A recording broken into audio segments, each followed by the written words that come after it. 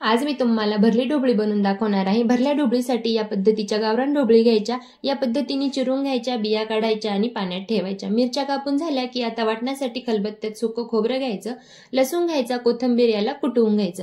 ढोबळीच्या मसाल्यासाठी भाजलेल्या शेंगदाण्याचा कूट घेऊया, त्यामध्ये तयार केलेलं वाटण घालायचं, हळद, लाल तिखट, कांदा लसूण मसाला, धना पावडर आणि मीठ घालायचं। या सर्वांना मिक्स करून घ्यायचं।